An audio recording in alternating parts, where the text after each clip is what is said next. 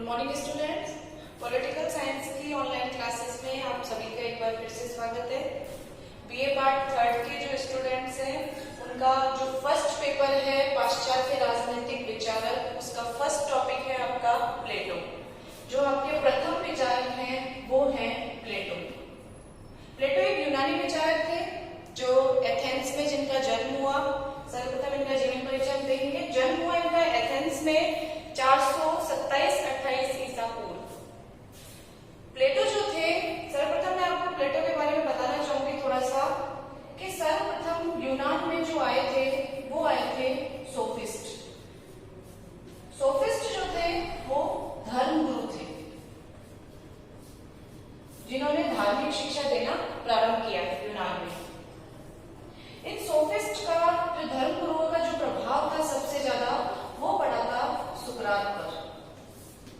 सुकरात भी एक महान विचारक हुए हैं और सुकरात के विचारों का जो प्रभाव पड़ा था वो पड़ा था प्लेटो के ऊपर। सोफिस्ट सर्वप्रथम आए जो धर्मगुरु थे, इनके विचारों का प्रभाव पड़ा सुकरात पर और सुकरात के जो शिष्य थे वो थे प्लेटो, यानी इनके विचारों से प्रभावित थे प्लेटो। मैंने आपको पहले की क्लास में बताया था कि विचारक वो होते हैं जिनका उस समय देश काल परिस्थिति तत्कालीन परिस्थितियों का उनके विचारों पर बहुत ज्यादा प्रभाव पड़ता है। वो जिस समाज में जीते हैं, जिस तरह से वो व्यवहार करते हैं, जिन राजनीतिक गतिविधियां उनके देश में हो रही हैं, उनका उनके ऊपर क्या प्रभाव पड़ता है, इसका उनकी राजनीतिक चिंतन पद्धति में भी प्रभाव देखा जाता है। तो प्लेटो के ऊपर जो सबसे ज्यादा प्रभाव पड़ा था वो पड़ा था सुकरात का। तो प्लेटो के जीवन परिचय के बाद में मैं आपको बताना चाहूंगी, प्लेटो जो थे वो एक कुलीन वर्ग में पैदा हुए थे। एक कुलीन वर्ग में उनका जन्म हुआ था। उनके पिता जो थे वो एक समृद्ध परिवार के थे एथेंस में, और उस समय एथेंस में जो राजनीतिक माहौल था वो बहुत ज्यादा खराब चल रहा था। उस समय युद्ध की स्थिति चल रही थी। प्लेटो ने अपने जीवन काल में देखा कि एथेंस ने बार बार स्पार्टा के साथ युद्ध किया और उस युद्ध में उन्होंने एथेंस को हारते हुए देखा और उसकी हार का कारण उन्होंने माना वहां के राजा को। तो प्लेटो के जो अध्ययन पद्धति में जो हम पहले देखेंगे वो देखेंगे उसका दार्शनिक राजा। प्लेटो ने कहा है कि किसी भी देश में अच्छे शासक का होना सर्वाधिक आवश्यक है। इसीलिए उसने अपने देश के अंदर जो एथेंस में उस समय देखा कि वहां का जो राजा था वो लायक नहीं था कि उस देश की शासन व्यवस्था को सही तरीके से चला सके। इसीलिए उसने अपने चिंतन में दार्शनिक राजा का विचार सर्वप्रथम दिया है। प्लेटो का जो नाम था, बचपन का नाम जो था उनका वो था अरिस्टोक्लीज। अरिस्टोक्लीज उनका बचपन का नाम था और उनके जो व्यायाम के जो शिक्षक थे उन्होंने उनको कहना शुरू किया प्लाटोन। प्लाटोन का मतलब होता है एक चौड़े शरीर वाला मानव।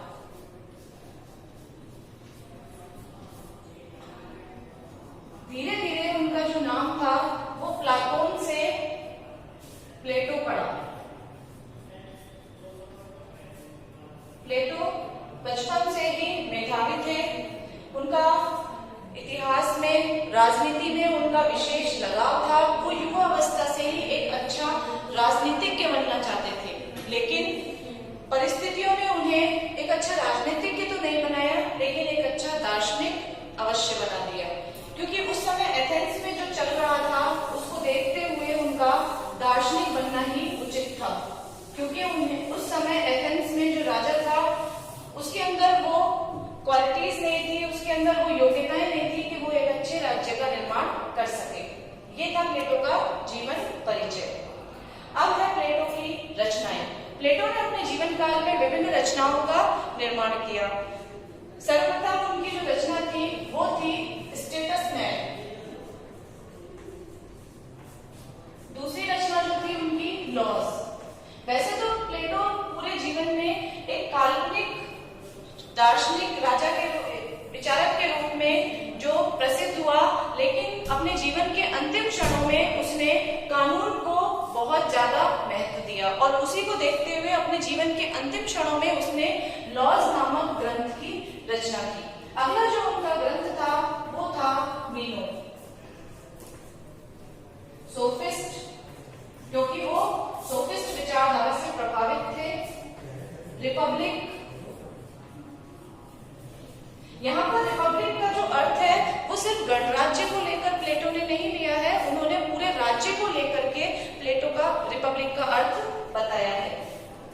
अगला है अपोलॉजी।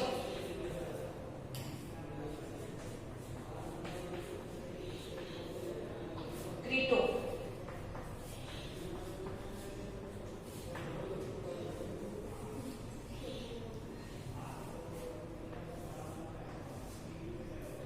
इन सभी रचनाओं का प्लेटो ने अपने जीवन काल में निर्माण किया। प्लेटो की महानतम जो कृति थी, प्लेटो की महानतम कृति जो थी वो थी रिपब्लिक। मैं आपको बता चुकी हूँ कि रिपब्लिक का अर्थ यहाँ पर गणराज्य न लगाया जाए, प्लेटो ने इसका अर्थ संपूर्ण राज्य को लेकर ले लिया है।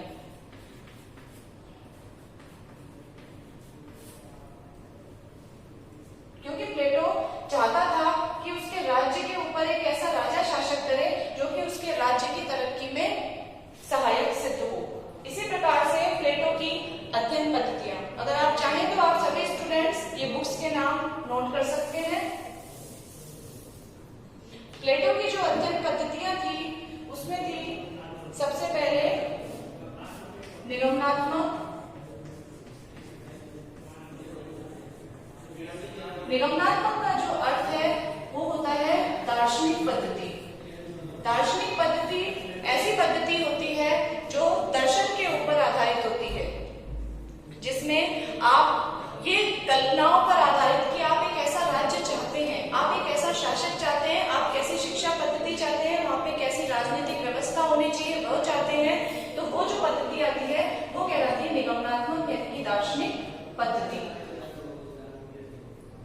अगली जो पद्धति है इसमें है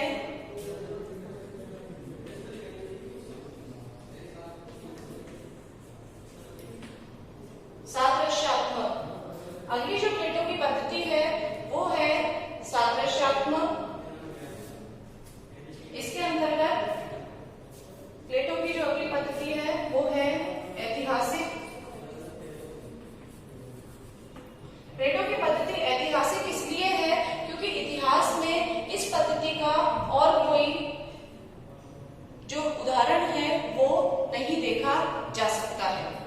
तो इस प्रकार से जो प्लेटो ने अपने अध्ययन पद्धति है उसका उपयोग अपनी रचनाओं के अंतर्गत किया है। प्लेटो की जो महानतम कृति थी वो रिपब्लिक थी। इसके ऊपर आपके एक बड़ा क्वेश्चन बनता है कि रिपब्लिक के अंदर प्लेटो ने किस तरह से एक अच्छे राजा के व्यक्तित्व के निर्माण के बिंदु बताए हैं। प्लेटो के जीवन में जो सबसे अधिक प्रभाव पड़ा वो पड़ा सुकरात का। सुकरात के जो विचार थे वो प्लेटो से बहुत अधिक नहीं मिलते थे। जैसे सुकरात जो था वो एक गरीब इंसान था, निर्धन था, लेकिन प्लेटो जो था वो एक कुलीन वर्ग का था। सुकरात एक शांत स्वभाव का व्यक्ति था, लेकिन प्लेटो इतना शांत नहीं था। सुकरात जो थे वो तर्क वाले व्यक्ति थे, वो तर्क प्रधान उनकी जो रचनाएं थी वो सभी थी, लेकिन प्लेटो की जो रचनाएं थी वो तर्क प्रधान नहीं थी, वो दार्शनिक रचनाएं थी। इस प्रकार से जो प्लेटो के स्वभाव और सुकरात के स्वभाव में अंतर होने के बावजूद भी प्लेटो सुकरात के शिष्य बने और उनकी रचनाओं पर सबसे अधिक प्रभाव जो था वो सुकरात का दिखाई देता है। जैसे सुकरात ने अपने अध्ययन पद्धति में कहा है कि शासन एक कला है।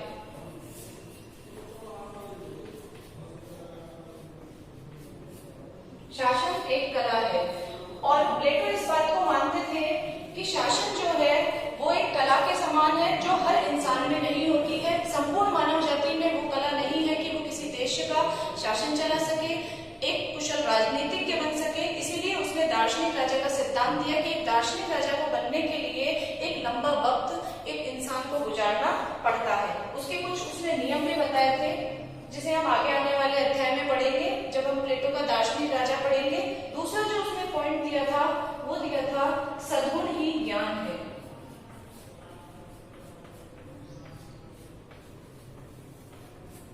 प्लेटो ने कहा था एक अच्छे गुणों से युक्त व्यक्ति जो है, जो ज्ञानी व्यक्ति है, वही व्यक्ति एक अच्छे राज्य का निर्माण कर सकता है। तो हम देखते हैं कि सारी विषमताओं के बावजूद भी, सुकरात और प्लेटो के स्वभाव में अंतर के बावजूद भी, उन परिस्थितियों के अंतर के बावजूद भी सुकरात जो था उसके विचारों का प्रभाव प्लेटो पर सबसे ज्यादा पड़ा। मैं आपको बताना चाहूंगी कि सुकरात जो थे वो जिन परिस्थितियों में, जिस राजा के काल में उत्पन्न हुए, उस समय वहां की जो राजनीतिक व्यवस्था थी वो बहुत ज्यादा अच्छी नहीं थी और सुकरात के साथ अन्याय किया गया, उन्हें विष दे दिया गया वहां के राजा के द्वारा, क्योंकि वो बहुत ज्यादा प्रभाव दिखा रहे थे जनता के बीच में। वो ज्यादा वहां पर एक तरह से हम कहें तो बहुत पॉपुलर हो रहे थे, लेकिन वहां के राजा को ये चीज बहुत बेकार, मतलब अच्छी नहीं लगी। उन्हें लगा कि ये हमसे ज्यादा, इनकी ख्याति क्यों बढ़ रही है, प्रसिद्धि क्यों बढ़ रही है, तो इसलिए सुकरात को वहां के राजा ने विष दे करके मार दिया था। जब सुकरात की मृत्यु हुई तब प्लेटो की उम्र मात्र 28 वर्ष थी। तो प्लेटो ने देखा कि एक ऐसा राजा जिसकी सोच इतनी छोटी है कि वो एक दार्शनिक को मरवा सकता है, तो वो एक अच्छे राज्य का निर्माण नहीं कर सकता है। तो सुकरात की मृत्यु के बाद प्लेटो के विचारों में भारी परिवर्तन हुआ और उन्होंने ये निश्चय किया कि वो एक ऐसी दर्शन पद्धति का निर्माण करेंगे या फिर एक ऐसे ग्रंथ का निर्माण करेंगे, अपने विचारों के द्वारा वो जनता को ये बताने की कोशिश करेंगे कि एक अच्छे राज्य के निर्माण के लिए एक अच्छे राजा का आवश्यक होना ही, एक अच्छे राजा का आवश्यक होना। इस प्रकार हम देखते हैं कि जैसे कि सुकरात ने, प्लेटो ने बताया कि एक अच्छे राज्य के निर्माण के लिए एक अच्छे राजा का होना ही आवश्यक है। साथ ही मैं आपको बताना चाहूंगी कि सुकरात की कुछ अध्ययन पद्धतियां और थी जिनका प्लेटो ने अपनी अध्ययन पद्धतियों में शामिल किया। वो थी विश्लेषणात्मक,